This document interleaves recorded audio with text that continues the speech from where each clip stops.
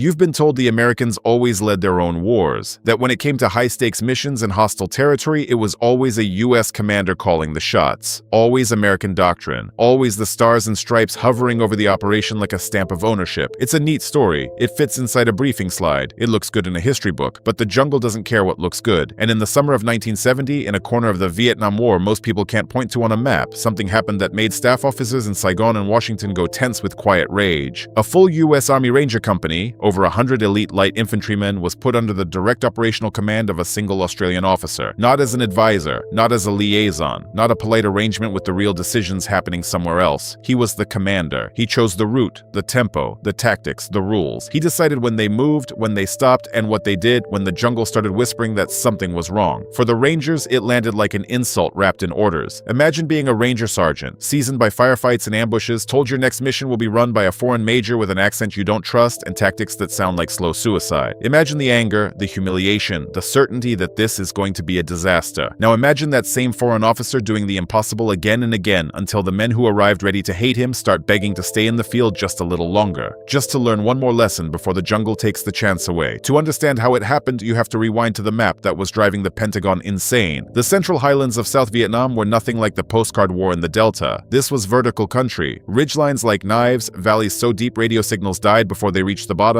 and triple canopy jungle that turned daylight into green dusk. 100 meters could take hours. Vines stitched the forest together like wire. Bamboo grew thick enough to stop bullets. Men sweated constantly and still dehydrated. And running through the heart of that green maze was the Ho Chi Minh Trail. Not a single trail at all, but a living network of arteries and capillaries feeding the North Vietnamese war machine. American intelligence had identified a choke point in that network, a narrow valley where multiple branches converged before splitting again into dozens of smaller routes. The analysts gave it a tidy label, Junction Kilo 7, and treated it like a lever. Watch that junction, map the movements, find the storage sites and command elements, and you could hand air power something worth striking. Not random bombs dropped on jungle. Real coordinates, real disruption. Months of enemy logistics slowed down. Future American casualties avoided. There was one problem. Kilo 7 sat deep behind enemy lines. Deep enough that helicopters couldn't land anywhere near it without being ripped apart. Deep enough that any unit inserted there would be alone, cut off, and outnumbered by a margin that made even confident men quietly check their gear a second time. The terrain was so hostile and the enemy presence so dense that extraction under fire wasn't a plan, it was a fantasy. The mission brief was brutally simple. Insert a reconnaissance force, establish long-term observation, gather intelligence for at least 3 weeks, and if possible, call in strikes on high-value targets. It came with casualty estimates that made the words acceptable losses feel obscene. It was the kind of mission designed for ghosts, men who could live inside the jungle without leaving evidence they'd ever existed. MACV staff officers pushed it forward anyway. The intelligence window was closing. The junction was active now. Every day of delay meant more supplies flowing south, more firefights later, more pressure from Washington demanding numbers that could be shown on charts. The plan landed on the desk of an American colonel who commanded Rangers. He read it twice, not because he didn't understand it, but because he needed to confirm someone had actually typed these words and expected soldiers to obey. He refused. Not because Rangers couldn't do hard missions, they could. Not because he feared the jungle, he respected it. He refused because the mission parameters were fundamentally flawed. The insertion point was too exposed. The timeline assumed the jungle would obey a schedule. The extraction concept was paper thin. And 3 weeks in that environment wasn't just ambitious, it was inviting the enemy to take their time. MACV didn't like that answer, so they went to the next elite unit. Another American long-range element reviewed the plan, did the math, and refused too. Their assessment was even more damning. This isn't reconnaissance, they said. This is sacrifice. 2 American units had looked at the same brief and decided that courage wasn't the issue. The plan was. Saigon grew furious. The intelligence window didn't care about pride. Washington didn't care about excuses. The operation had to happen. And if the Americans wouldn't touch it, someone in the operations room finally said the thing nobody liked to admit. Call the Australians. The request went down to Nui Dat, to the Australian Task Force base in Phuoc Tuy Province, and landed on the desk of an Australian battalion commander who had spent enough time watching other people's bad ideas become other people's funerals. The American officer on the phone delivered the pitch with the usual polished confidence. High-value target, difficult terrain, urgent timeline, strategic impact. When he finished, he expected either enthusiastic acceptance or a polite refusal. Instead, he got a long pause. Then the Australian asked one quiet question. Who designed this? Forward planning staff, the American answered. Have they walked that ground? Another pause. I don't believe so. The Australian's response sharpened. Then they don't understand the terrain. Your insertion is wrong. Your timeline is wrong. Your extraction will get everyone killed. The American bristled, rank and nationality and doctrine stiffening in his voice. With respect, Colonel, I didn't say we won't do it, the Australian cut in. I said we won't do it your way. If you want it done, we redesign it, and one of my officers commands the operation. Otherwise, you're feeding good men into a grinder. That single sentence stepped on one of the unspoken rules of coalition warfare. Americans led American soldiers, always. The political implications alone were ugly, but desperation makes strange agreements. Within 24 hours, after frantic calls between Nui Dat, Saigon, and higher headquarters, a deal was hammered into existence with language so careful it practically squeaked. The Australians would take operational control. They would provide the tactical planning, the structure, the tempo. The Americans would provide the muscle, a full Ranger company for security and blocking positions. And the Australian chosen to command the whole thing was not the safe option. He was the option you chose when you needed results and didn't care who got offended. Major Thomas Shade Kerrigan. Kerrigan wasn't supposed to be a hero. He was too blunt, too rough, too unimpressed with senior officers who loved neat plans more than messy reality. He'd grown up in remote Queensland, the kind of country where distance teaches patience and mistakes cost blood or bone. He enlisted young, too young if you believed the paperwork, and learned soldiering the way Australian soldiers often did in that era. Deep jungle operations where stealth wasn't a skill, it was survival. He'd served in Malaya and on border missions where you didn't get artillery on demand and nobody came if you screamed loud enough. By the time he arrived in Vietnam, he moved through jungle like he belonged there, reading sign that other men walked past, feeling danger in the way birds went quiet, predicting where the enemy would appear before the enemy decided to appear. His nickname wasn't something he chose. It was something other men gave him because they couldn't explain how he could be so close to the enemy and still vanish. Americans who had worked with him before described him with a kind of reluctant unease, calm to the point of being unsettling, quiet in a way that made you listen harder, the sort of man who didn't need to raise his voice because he never wasted words. Now he was about to take command of 120 American Rangers who, at that moment, were mostly convinced this was a political stunt that would end in body bags. The first meeting happened at a dusty fire support base on the edge of the Highlands. The Rangers filed into the briefing tent with that casual confidence elite soldiers wear like armor, jokes, tobacco, easy movements, the feeling that they were the sharpest thing in the room. Then Kerrigan arrived. No dramatic entrance, no entourage. He didn't stride, he simply appeared near the map board, quiet enough that half the company didn't notice him until he was already standing there. Standard jungle fatigues, no visible rank, battered slouch hat, a rifle that looked used hard. He looked like someone's wiry uncle who'd wandered into a war by accident. A thick-necked ranger sergeant raised his hand, disrespect dressed up as a question. With all due respect, who the hell are you? Kerrigan turned his head slowly, pale eyes, steady, unamused. I'm the bloke who's going to keep you alive, he said. And if you want that to happen, you'll shut up and listen. Silence hit the tent like a weight. Wanted to insert you, he said. Tapping a wanted to insert you, he said. Tapping a clearing marked with neat coordinates. If we do that, half of you are dead within 3 days, so we're not doing that. For the next 2 hours, he dismantled the original operation plan piece by piece, not with emotion, but with cold terrain logic. Insertion point 2 open. Enemy trail watchers would see helicopter disturbance, track it, and shadow them until the first mistake. Timeline too rigid. The jungle didn't care what day Saigon wanted results. Extraction concept fantasy. If contact happened, no bird was landing under that canopy to scoop them out. Anyone who believed otherwise had never watched a helicopter get hit and fall into trees like a wounded animal. Then he did the thing that unsettled them most. He described the Highlands like he'd memorized them. Valleys the Rangers had never heard of. Ridges not on their maps. Water sources that could mean the difference between heat stroke and living long enough to get shot later. Old enemy campsites. Routes where the canopy thinned. Places where men disappeared. A young Ranger Lieutenant, West Point crisp and proud, asked how Kerrigan knew all this. Kerrigan didn't blink. I've been there, he said, twice going in, once walking out. No one asked what happened the time he walked out. They didn't need to. In 48 hours, Kerrigan redesigned the mission into something that looked to American eyes like slow madness. Helicopters would insert them far from the objective, 20 kilometers off, in a valley enemy forces had already swept and dismissed as unimportant. Then they would move on foot over 5 days, using animal trails, terrain masking, and movement discipline designed to leave as little sign as possible. The Rangers hated that. 20 kilometers was nothing. They could do it in a day if they pushed. Kerrigan's answer was flat. You can do it fast, he said, and you can do it dead. Speed is noise. Noise is death. He broke the company into smaller teams, recon elements, blocking elements, a hidden cache and casualty collection point. Rangers argued it violated their instinct for concentration of force. Kerrigan called concentration a parade. In jungle like this, he said, 100 men is a marching band. 6 small teams is a rumor. They can't kill what they can't find. Then came the communication protocol. Kerrigan ordered radio silence unless absolutely critical. No scheduled check-ins, no comfortable position reports. If headquarters didn't hear from them, it meant they were still alive and working. American officers protested. How do we coordinate support? How do we call for extraction? Kerrigan's reply was blunt. You don't. The moment you talk, you tell every enemy ear where you are. We're We're not here to fight, we're here to watch. Resupply was canceled. Every man carried everything: food for weeks, water purification, ammunition, and mission gear. Packs went heavy, and the younger rangers stared at the numbers like someone had misprinted them. Kerrigan didn't care. "You want a helicopter to bring you a sandwich?" he said. "That's how you die. We carry everything or we don't go." Then he delivered the most controversial rule of all: do not initiate contact, ever, unless survival demanded it. If you saw an enemy patrol, hide. If they saw you, evade. If evasion was impossible, then, and only then, ambush with such speed and violence that nobody survived to report. The rangers bristled. They were trained to close and destroy. They didn't like the idea of being invisible. It felt like cowardice dressed up as doctrine. Kerrigan let them vent. Then he said the sentence that ended the argument. "You think your job is to kill," he said. "It's not. Your job is to be invisible long enough to bring back truth. If we do this right, we walk deep into their territory, watch their artery for weeks, and we leave without firing a shot. That isn't cowardice, that's skill, and it's harder than pulling a trigger." They walked out of the tent convinced he was going to get them killed. Kerrigan knew talk wouldn't fix that, so he did something American commanders almost never did. He took the entire ranger company into the jungle for a 3-day training exercise designed to prove his methods worked. The rangers later called it Shade School. Day 1 was movement. Kerrigan led a small patrol into dense jungle and moved at a pace that felt insultingly slow, testing ground before committing weight, pausing to listen, reading the forest like it was speaking to him. Rangers tried to follow quietly, but impatience made them careless. Branches snapped, underbrush crashed, whispered curses slipped out. Kerrigan stopped and waited. Then an Australian scout stepped out of the vegetation behind them, close enough to touch, grinning like he'd just watched a magic trick. He'd been tailing them the whole time. Not one ranger had noticed. "You blokes sound like buffalo," the scout said. Kerrigan didn't smile. "If I can hear you," he said, "they can hear you. And if they can hear you, you're already dead." By the end of day 1, rangers were moving at half their usual speed, communicating with hand signals, freezing when Kerrigan froze, learning that discipline wasn't about toughness, it was about restraint. Day 2 was concealment. Kerrigan gave the rangers 10 minutes to hide in a clearing, then walk through with the same scout. Any ranger he spotted was dead. The rangers were confident. They melted into brush, used logs and shadows, buried themselves in leaves, climbed into branches. Kerrigan found nearly all of them in minutes, not by luck, but by reading the tiny signs. Boot prints in mud approaching a position, leaves moved in patterns too neat, fern fronds arranged with unnatural symmetry. "Nature is chaos," Kerrigan said quietly. "You made it tidy. That's how they find you." Only one young corporal, raised hunting in big country, managed to vanish well enough to earn Kerrigan's nod. "That," Kerrigan said, "is how it's done." Day 3 was the exam. One group played enemy patrols. Kerrigan led the other group in at dusk to infiltrate, observe, and exfiltrate without being detected. They moved like slow shadows, covered less than a kilometer in hours, but when they reached the observation point, they were invisible. The enemy rangers walked within meters of them all night and never knew. At dawn, Kerrigan led his team out the way they came, erasing sign, replacing disturbed spiderwebs, leaving almost nothing behind. When the exercise ended, rangers who'd been skeptical went quiet, not angry anymore, humbled. That night,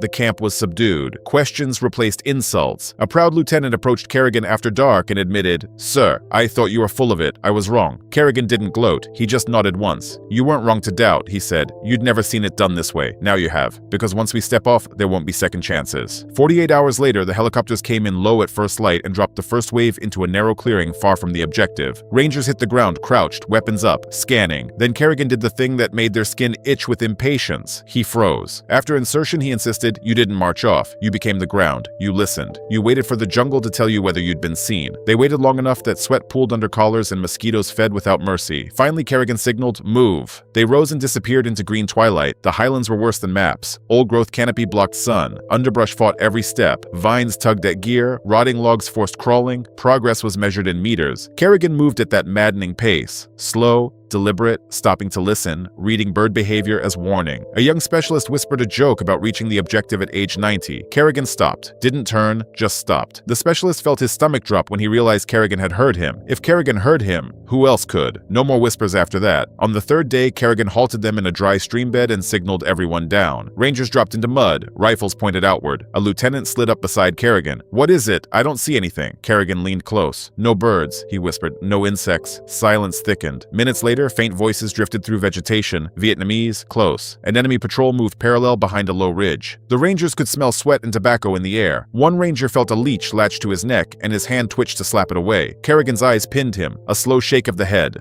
"Don't." The ranger bit his lip until he tasted blood and stayed still. The enemy patrol passed close and never saw them. That night, a sergeant asked Kerrigan how he'd known. Kerrigan stared into the darkness. "The jungle talks," he said. "Most people don't listen." On the 5th evening, they reached the ridge overlooking Junction Kilo 7, and the intelligence estimate died right there. It wasn't a minor junction. It was a logistics hub, hidden beneath canopy. Storage sites dug into hillsides, camouflage shelters, guard posts with heavy weapons, porters moving like ants with crates and sacks, men organizing supplies with practiced routine. It looked like a hidden city built for war. The rangers stared, stunned. Someone whispered, "Jesus!" Kerrigan already had his camera out. "That's why we're here," he said. "They don't know this exists. Now we make them know." They established multiple observation posts around the site and rotated carefully, photographing movement, counting supply runs, marking key structures, identifying what looked like command elements. Kerrigan's radio operator sent brief burst transmissions back to higher headquarters, too fast for easy triangulation. The reply was immediate: "Continue observation, strike packages being prepared." For a brief moment, the rangers felt pride. They had done what others said couldn't be done. Then on the morning of the 8th day, a message arrived that turned Kerrigan's blood cold. "Abort, exfiltrate immediately, enemy aware, strikes cancelled, extraction not available, you are on your own." The rangers stared at Kerrigan, waiting for him to explain the impossible. Kerrigan's jaw tightened. "Someone talked," he said, "or someone listened." "How long do we have?" someone asked. "If they're smart," Kerrigan said softly, "they're already moving." A captain asked what everyone feared. "What are our odds?" Kerrigan didn't pretend. "If we stay, none. If we move smart, maybe half." He spread the map. "We don't go back the way we came. That's what they'll expect. We loop east, deeper, exit through a sector they've already swept. It's longer, it's uglier, it's our only chance." An American major shook his head. "That's insane." Kerrigan's voice went colder. "I'm leading you away from certain death. If you have a better plan, speak." No one spoke. At dusk, they began the withdrawal, knowing they were prey. Hours after midnight, rear security picked up the sound. Movement behind them that wasn't animal or wind. Men, a pursuit rhythm. The enemy was tracking. Kerrigan moved back through the column whispering instructions. "We break their nose," he said. "Then we vanish." He laid out the gamble. Split the force. A decoy group would continue on the obvious line, loud enough to be followed, then hit the pursuers hard in a place of their choosing. The main body would cut away into terrain so brutal the enemy wouldn't believe anyone would choose it. "That decoy group is going to get hit," a sergeant said. "They'll get hit if they're careless," Kerrigan replied. "They won't be careless." A ranger captain, steady, experienced, no longer arguing, nodded. "Where do we meet?" Kerrigan tapped a point on the map. "Rally point, 48 hours. If we're not there, we're not coming." The two groups separated into darkness. The decoy group moved fast and loud, leaving honest sign. The enemy took the bait. When the pursuers entered the captain's chosen defile, claymores tore the night open and ranger guns punished the lane. It was brutal and fast. Then the decoy vanished, leaving the enemy shocked and bleeding and angry. Meanwhile, Kerrigan's main group entered the worst ground available, a gorge so steep they descended hand over hand, packs trying to pull men backward. At the bottom ran a river swollen by monsoon rain, cold and fast over slick stone. Kerrigan studied it and stepped in. "We go down the water," he said. Rangers stared. It was suicide, they thought. Packs heavy, current strong. One slip and you drown. Kerrigan moved anyway, careful, controlled. The rangers followed in a human chain, each holding the pack straps of the man ahead. Cold water turned fingers numb and muscles into lead. 2 kilometers took 3 hours. When they finally crawled onto the opposite bank, men collapsed shaking. One ranger gasped, "I'd rather get shot than do that again."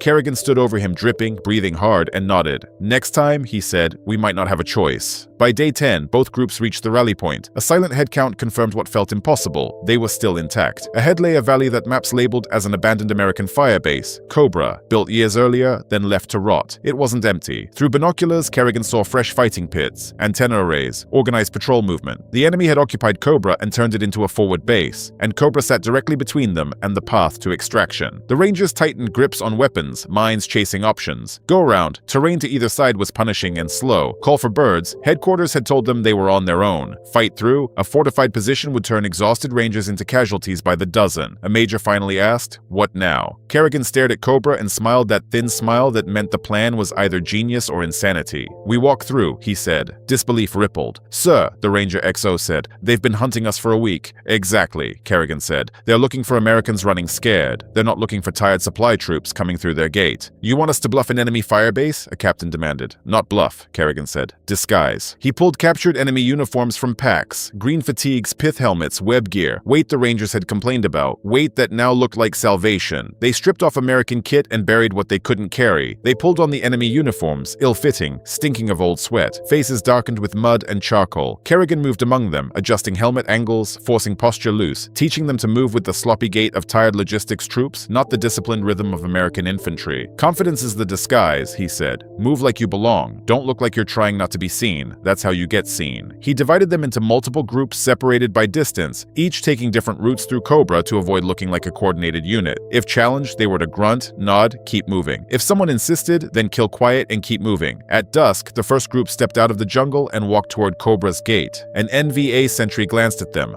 bored. Uniforms looked right. Approach direction looked right. Most importantly, they looked like they belonged. He let them pass. Inside Cobra, the Rangers walked through organized chaos. Men cooked, radios crackled, officers argued under canvas, soldiers cleaned weapons and moved supplies. A disabled truck sat in a maintenance area with tired mechanics. The disguised Rangers kept heads down, avoided eye contact, carried their wrapped rifles like cargo. One Ranger almost saluted an enemy officer, muscle memory rising like reflex, until the man beside him slapped his wrist down and turned it into a casual gear adjustment. The officer didn't notice. He was too busy yelling at someone else. Group 1 slipped out the far side and vanished back into jungle. Group 2 followed, then 3, then 4. Each group held its breath waiting for the alarm that didn't come. The fifth group, Kerrigan's group, entered near darkness, and this time a sharp voice called out in Vietnamese, "Suspicious, alert." An officer stepped toward them. Kerrigan didn't stop. He turned and answered in broken Vietnamese with a northern accent, just enough to sound plausible, not enough to invite conversation. "Supply unit,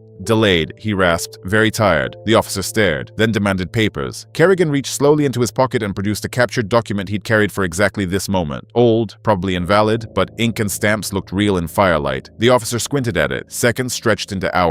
Rangers felt the moment tipping, hands inching toward hidden weapons. Finally, the officer shoved the paper back, muttered about incompetent supply troops, waved them through, and turned away. Kerrigan bowed slightly and kept walking. They didn't run. They didn't speed up. They walked with that exhausted plod until they reached the far perimeter and slipped back into jungle. 200 meters beyond Cobra, surrounded by darkness and leaves, men finally breathed. One ranger whispered, voice shaking, "That was the most terrifying thing I've ever done." Kerrigan's reply carried bone-dry humor. "Welcome," he said, "to my week." Beyond Cobra, all groups assembled.